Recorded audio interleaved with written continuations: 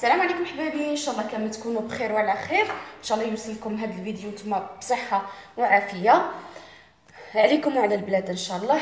المهم كانت اخت طلبت مني كيفاش تقدر تحتفظ بالتشينه، يعني البرتقال لاطول مده، خاصه رمضان، شهر رمضان المبارك. اذا بغيت ندير لكم طريقتي في الاحتفاظ بالتشينه. وما تستخدموا، يعني ما تاكلوهاش، ما تقدوش تاكلوها، تكون فيها كميه كبيره تاع الماء، ماشي اللي تنتكل. يعني يا تستخدموها يا في العصائر يا في الديسير. دوك نوريكم كيفاش. المهم هذه تشينه مغسوله، نقيه مغسوله، غادي نشفها هكا.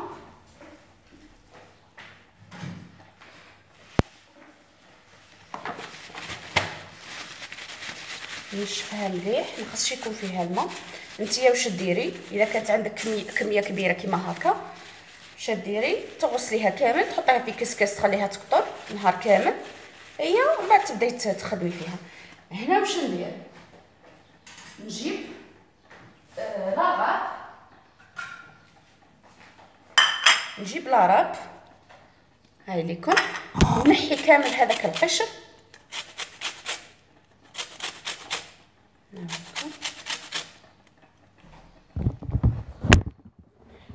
بعد شويه باش تشوفوا.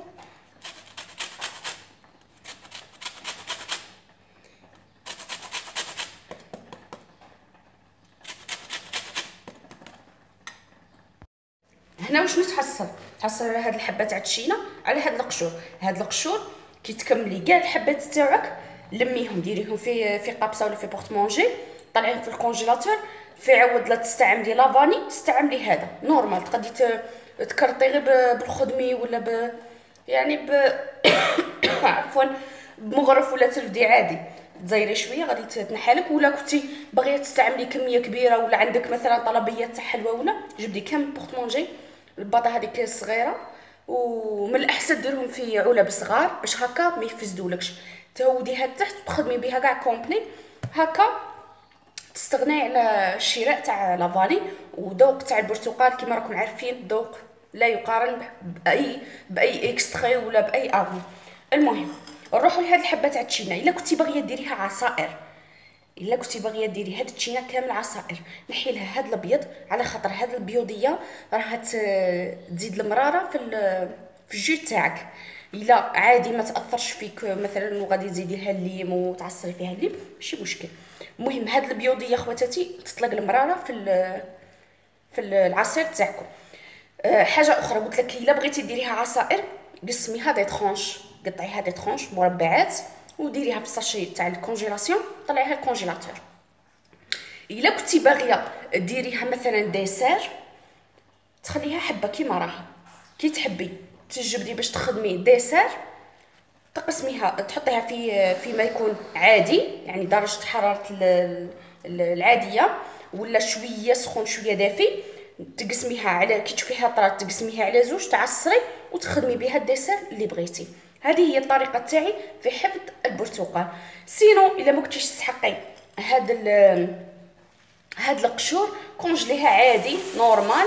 الا كان عندك كميه كبيره، يعني كنتي ديجا من قبل نحيتي هذاك الاخر، انني كونجليتها نورمال كما كنت تشوفوها مكونجليه، كونجليتها نورمال. تغسليها، تقطريها، تمسحيها وتطلعيها الكونجيلاتور. كي تبغي تستخدميها خرجيها، ديريها في ماء دافي، قسميها على زوج، عصريها وخدمي بها. بغيتي ديريها جو كيف تبغي تقطعيها، تنحي لها هاد القشور وتقطعيها دي ترونش وتخدمي بها مباشره، يعني تحطيها في ساشي، تجبديها مباشره، تحطيها في الخلاط تاع لي جو وتستخدميها. سينو حبه كيما هكا عفوا، ديريها في ماء دافي، تخليها حتى تطلق واحد زوج سوايع هكا، ولا تكون طلقت كامل هذاك الثلج تاعها خرج. اذا تقسميها على زوج، تعصريها وتخدمي بها العصير تاعك عادي.